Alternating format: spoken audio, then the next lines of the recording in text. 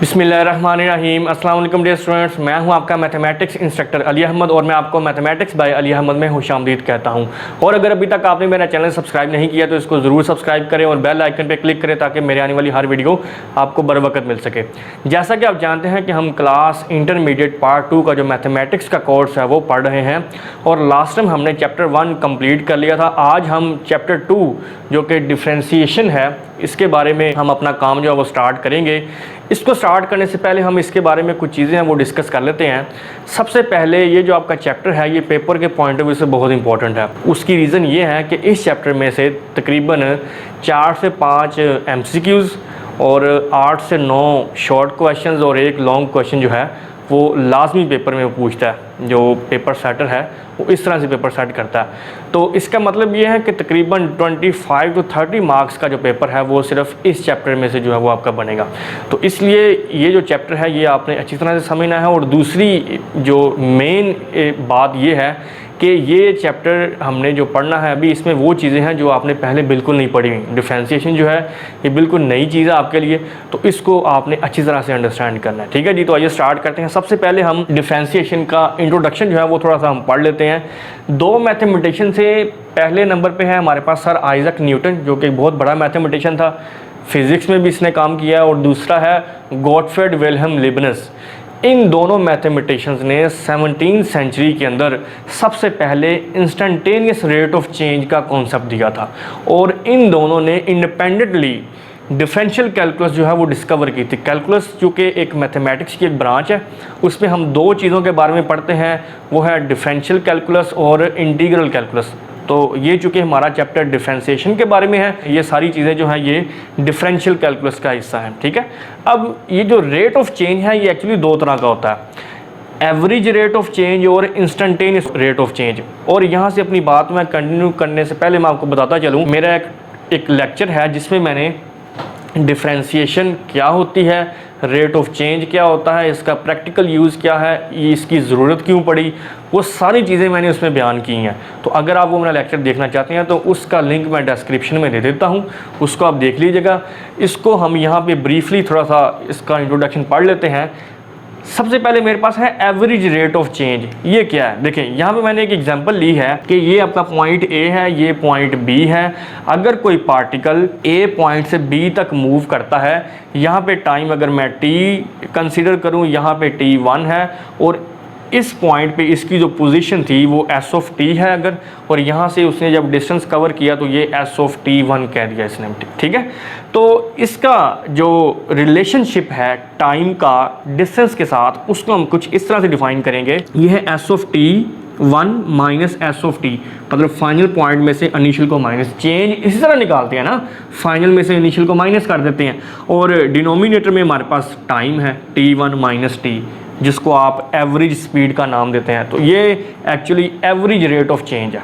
ठीक है जी, और यहाँ पे मैंने एक फंक्शन लिखा है s of t is equal to T square plus t, ये जो कि आपको इस पार्टिकल की जो a से b मूव कर रहा है इसकी पोजीशन बताएगा। ठीक है जी, अच्छा अब मेरा ये सवाल है कि इस तरीके से आप स्पीड जो है वो इसकी फाइंड कर सकते हैं, लेकिन वो एवरेज स्पीड होगी। ठीक है, फर्ज कर लें जब ये पार्टिकल ए से बी मूव कर रहा था, तो जैसे मैंने यहाँ पे एक एग्जांपल कंसीडर की है, इस पॉइंट पे जाके हो सकता है उसकी स्पीड जो है वो कम या ज़्यादा हो जाए, क्योंकि एवरेज स्पीड का मतलब तो ये है कि थ्रू आउट जो हमारी स्पीड है वो, फॉर एग्जांपल वो हमें ये जो क्वोशंट है ये हमें बता रहा है, लेकिन हो सकता है दरमियान में कहीं उसकी स्पीड कम या ज़्यादा हो जाए।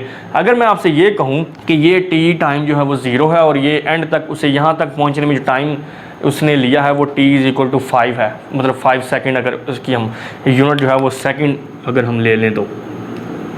लेकिन अगर मैं ये कहूँ कि जब टाइम आपका for example t is equal to 3 है तो इस पॉइंट पे उसकी स्पीड क्या होगी, तो ये हम एवरेज स्पीड को यूज़ करते हुए फाइंड नहीं कर सकते। उसकी रीज़न क्या है, क्योंकि एवरेज स्पीड के लिए आप जानते हैं हमें 2 पॉइंट्स की ज़रूरत होती है। जैसे हमने यहाँ पे s of t1 minus s of t किया और इसी तरह से डिनोमिनेटर में t1 माइनस t किया एवरेज स्पीड के केस में। लेकिन अगर मैं ये कहूँ कि at t is equal to 3, जब 3 सेकंड गुजर गए तब उसकी स्पीड कितनी थी, तो इसका आंसर हम फाइंड करने के लिए फिर इंस्टेंटेनियस रेट ऑफ चेंज को यूज़ करेंगे। वो क्या है, मैं यहाँ पे सपोज कर लूँगा कि ये जो आपका C पॉइंट है इसको मैं t प्लस डेल्टा t कहूँगा। अब यहाँ पे डेल्टा t एक्चुअली चेंज है, चेंज इन t, और delta t is very very small interval, बहुत ज़्यादा स्मॉल इंटरवल है, लेकिन ज़ीरो नहीं है, ज़ीरो के करीब तरीन है लेकिन ज़ीरो नहीं है। ठीक है जी। तो फिर जो ये जो आपका क्वेश्चन है वो क्या बनेगा, क्योंकि अब हमने इसको t प्लस डेल्टा t कहा है, तो ये जो क्वेश्चन है आपका ये क्या बनेगा, s of t plus delta t minus s of t, और इसी तरह से डिनोमिनेटर में t plus delta t minus t हो जाएगा। ठीक है जी। तो यहाँ पे क्वेश्चन बना है which represent average rate of change of distance over the interval delta t। ये हमें चेंज बताएगा कि टाइम के चेंज होने से उसके डिस्टेंस में क्या चेंज आया। देखे ना, यहाँ पे t 0 है, जब ये इस पॉइंट तक आया है तो टाइम चेंज हुआ है ना, तो टाइम के चेंज होने से उसके डिस्टेंस में जो चेंज आ रहा है वो हमें ये बताएगा। और यहाँ पे चूँकि मैंने कहा था कि जो डेल्टा t है ये वेरी स्मॉल है, इतना स्मॉल है कि ज़ीरो के करीब तरीन है, तो इसलिए फिर हम इसकी लिमिटिंग वैल्यू लेंगे, delta t approaches to zero.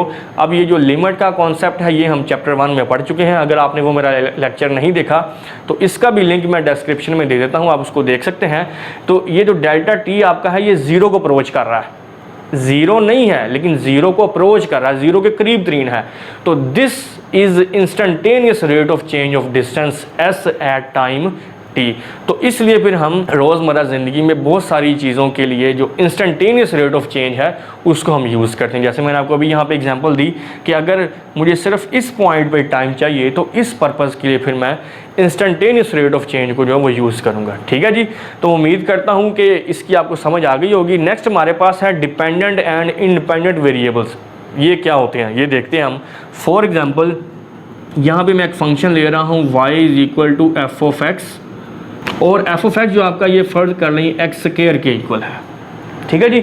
आप जानते हैं एफ ऑफ एक्स जो है ये एक फंक्शन की नोटेशन है, फंक्शन को डिनोट करने के लिए हम एफ ऑफ एक्स यूज़ करते हैं।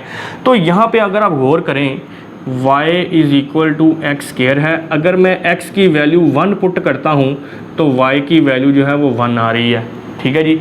इसी तरह से अगर मैं x की वैल्यू 2 पुट करूँ तो y की वैल्यू क्या आएगी 4, x की वैल्यू 3 पुट करने से y की वैल्यू क्या आएगी 9, x की वैल्यू अगर मैं 4 पुट करूं तो y की वैल्यू क्या आएगी 16। तो ये आप गौर कर रहे हैं कि जो y की वैल्यू है ये एक्चुअली डिपेंड कर रही है x की वैल्यू पे, क्योंकि जैसे जैसे हम x चेंज कर रहे हैं वैसे वैसे y चेंज हो रहा है। तो it means x and y are dependent and independent variables.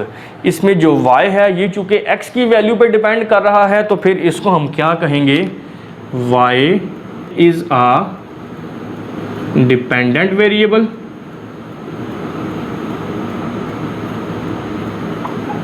and जो x है ये आपका इंडिपेंडेंट है, ये किसी भी चीज़ पे डिपेंड नहीं कर रहा, क्योंकि x की वैल्यू तो हम खुद रैंडमली इसमें पुट कर रहे हैं ना।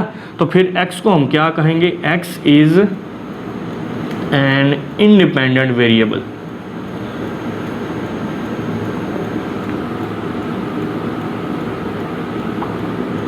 यहाँ पे हमने प्रीवियस एग्जाम्पल में दो चीज़ें ली थी, एक डिस्टेंस था एक टाइम था। तो यहाँ पे अगर आप गौर करें कि जो डिस्टेंस है आपका ये टाइम पे डिपेंड कर रहा है, जैसे जैसे टाइम स्पेंड होगा वैसे वैसे पार्टिकल के डिस्टेंस में चेंज आएगा। तो यहाँ पे फिर हम ये कह सकते हैं कि ये जो आपका डिस्टेंस है ये डिपेंडेंट वेरिएबल है और जो टाइम है ये इंडिपेंडेंट वेरिएबल है। ठीक है जी। इसी तरह से रोज़मर्रा ज़िंदगी में बहुत सारी चीज़ें ऐसी हैं जिनको हम इस तरह से रिलेट कर सकते हैं कि एक चीज़ अगर दूसरे पे डिपेंड कर रही है तो उसको फिर हम डिपेंडेंट कहेंगे, और जो इंडिपेंडेंट बिहेव कर रही है उसको हम इंडिपेंडेंट वेरिएबल्स का नाम देंगे। ठीक है जी। अब नेक्स्ट हम ये देखते हैं कि ये जो इंस्टेंटेनियस रेट ऑफ चेंज हमने पढ़ा है इसको यूज़ करते हुए हम किसी फंक्शन का डेरिवेटिव किस तरह से फाइंड करेंगे। देखिए, derivative of a function let f be a real valued function continuous in the interval. हमने एफ एक रियल वैल्यूड फंक्शन ले लिया है जो कि रियल वैल्यूज़ पे डिफाइंड है, और हम अगर इस इंटरवल पे कहें कि वो फंक्शन जो है वो कंटिन्यूस है, फंक्शन की कंटिन्यूटी हम चैप्टर 1 में पढ़ चुके हैं, क्योंकि ये जो इंटरवल है ये सबसेट है डी ऑफ एफ का मतलब इस फंक्शन की डोमेन का, हमने डोमेन में से ही एक इंटरवल उठाया, ठीक है। द डिफरेंस कोशेंट, अब ये डिफरेंस कोशेंट कैसे बना है, ये जो अभी हमने प्रीवियसली देखा है इंस्टेंटेनियस रेट ऑफ चेंज है, इसी को देखते हुए आप यहाँ पे बनाएंगे एफ ऑफ एक्स वन, मतलब ये जो आपका पॉइंट है, माइनस एफ ऑफ एक्स, ये जो पॉइंट हमने जिस इंटरवल की हम बात कर रहे हैं, और इन्हीं दो पॉइंट्स को हम इस पे डिवाइड करेंगे x1 माइनस एक्स, ठीक है जी। Represent the average rate of change, ये तो एवरेज रेट ऑफ चेंज है, ठीक है, जो हमने पहले केस में अभी डिस्कस किया था। In the value of f with respect to the change in the value of independent variable x। तो कहता है कि ये जो डिफरेंस कोशेंट है ये हमें actually average rate of change बताएगा, किस में, f में, with respect to the independent variable x, कि इस f में जो कि एक डिपेंडेंट वेरिएबल है क्या चेंज आएगा, किसके चेंज होने से, जो कि एक इंडिपेंडेंट वेरिएबल है x, ठीक हो गया। इंडिपेंडेंट वेरिएबल x के चेंज होने से डिपेंडेंट वेरिएबल जो f है उसमें क्या चेंज आएगा, ये जो डिफरेंस कोशेंट है ये हमें बताएगा, ठीक है जी। तो उसके बाद if x1 approaches to x, अगर x1 जो है ये x को अप्रोच कर जाए, मतलब इसके करीब तरीन हो जाए ये, तो फिर हम इसकी लिमिटिंग वैल्यू किस तरह से लेंगे, x1 अप्रोचेस टू x, और ये जो हमारा डिफरेंस कोशेंट है ये वैसे ही रहेगा। प्रोवाइडेड दिस लिमिट एग्जिस्ट, ये लिमिट एग्जिस्ट कर रही है, ठीक है जी, is called the instantaneous rate of change. तो जब हम इसकी लिमिटिंग वैल्यू लेंगे कि x1 जो है वो x को ही अप्रोच कर रहा है, उसके करीब तरीन है, तो फिर ये जो एवरेज रेट ऑफ चेंज है ये हमारा इंस्टेंटेनियस रेट ऑफ चेंज बन जाएगा। जिस तरह से हमने प्रीवियस एग्जांपल में किया था ना कि यहाँ पे जो c पॉइंट है उसको t प्लस डेल्टा t ले लिया था, और मैंने कहा था डेल्टा t जो है ये आपका बहुत स्मॉल है, बहुत ज़्यादा स्मॉल है, इतना स्मॉल है कि ज़ीरो के करीब है, ठीक है जी, लेकिन एग्जैक्ट ज़ीरो नहीं है। तो जो instantaneous rate of change of f with respect to s and denoted by f prime of x, किसी भी फंक्शन का जो इंस्टेंटेनियस रेट ऑफ चेंज है इसको हम किससे रिप्रेजेंट करते हैं, इस सिंबल से, और इसको किस तरह से रीड करना है, f प्राइम ऑफ x, ठीक है जी। तो if x1 is equal to x plus delta x, अगर ये जो आपका x1 है इसको हम x प्लस डेल्टा x के इक्वल ले लें, डेल्टा x वही आपकी जो स्मॉल वैल्यू है, वेरी वेरी स्मॉल वैल्यू, अगर उसको हम x में ऐड कर दें तो वो x के इक्वल हो जाएगा। ये एक्चुअली इस तरह से है, यहाँ पे हमने t में डेल्टा t ऐड किया था ना, इसी तरह से यहाँ पे जो x1 अगर x को अप्रोच कर रहा है तो उसकी करीब तरीन वैल्यू क्या होगी, x प्लस डेल्टा x, और डेल्टा x जो है वो वेरी स्मॉल है, तो यहाँ से फिर डेल्टा x की वैल्यू हम निकालेंगे, वो क्या आएगी, x इधर आके नेगेटिव हो जाएगा, delta x is equal to x1 minus x. तो ये जो फिर हमारी वैल्यू है ये इस तरह से चेंज हो जाएगी, लिमिट बन जाएगी आपकी delta x approaches to zero, और यहाँ पे ये जो x1 है ये बन जाएगा x plus delta x minus F of x divided by ये x1 माइनस एक्स, चूँकि डेल्टा x के इक्वल आया है तो इसकी जगह पे हमने डेल्टा x ले लिया, इज डेरिवेटिव ऑफ f। ये एक्चुअली हमें डेरिवेटिव बताता है। देखें मैं रिपीट करता हूँ बात को कि ये जो एवरेज रेट ऑफ चेंज है उसी में अगर हम उसकी लिमिटिंग वैल्यू ले लें ये, तो ये जो फिर इंस्टेंटेनियस रेट ऑफ चेंज बन जाता है, और इसी को फिर हम डेरिवेटिव का नाम देते हैं, ठीक है जी। डेरिवेटिव का ही दूसरा नाम डिफरेंशियल कोएफिशिएंट ऑफ f है, ठीक है जी। और इस सारे प्रोसेस को डिफरेंशिएशन कहते हैं। The process of finding f prime of x is called differentiation. इस किसी भी फंक्शन का जब हम instantaneous rate of change find करते हैं तो उसको हम डेरिवेटिव बोलते हैं, और इस सारे प्रोसेस को डिफरेंशिएशन का नाम देते हैं, ठीक हो गया जी। उसके बाद हमारे पास है नोटेशन फॉर डेरिवेटिव, कि डेरिवेटिव के लिए कौन सी नोटेशन यूज़ करते हैं। फॉर एग्जांपल मेरे पास एक फंक्शन है y is equal to F of x, तो फिर जब हम इसका डेरिवेटिव फाइंड करेंगे तो वो होगा dy ओवर dx, अगर मैं इसका derivative with respect to x ले रहा हूँ जो कि मेरा इंडिपेंडेंट वेरिएबल है। जिस तरह हमने इस एग्जांपल में देखा था कि f की वैल्यू जो है वो डिपेंड कर रही थी x पे, इसी तरह से यहाँ पे हम y का डेरिवेटिव ले रहे हैं विद रिस्पेक्ट टू x, तो उसको हम dy ओवर dx की फॉर्म में लिखेंगे, ठीक है जी। और यहाँ पे एक काबिल गौर बात ये है कि अक्सर लोग ये समझते हैं कि ये जो dy ओवर dx है ये कोशेंट है, ऐसा नहीं है। ये dy ओवर dx दोनों डिवाइड नहीं हो रहे, ये हम एक सिंबल यूज़ कर रहे हैं ये रिप्रेजेंट करने के लिए कि अगर x में इंस्टेंटेनियस रेट ऑफ चेंज आएगा तो इसके चेंज होने से y में क्या चेंज आएगा, ठीक है, डेरिवेटिव यही है ना कि दो वेरिएबल हैं, y जो है ये आपका डिपेंडेंट वेरिएबल है, x जो है ये इंडिपेंडेंट वेरिएबल है।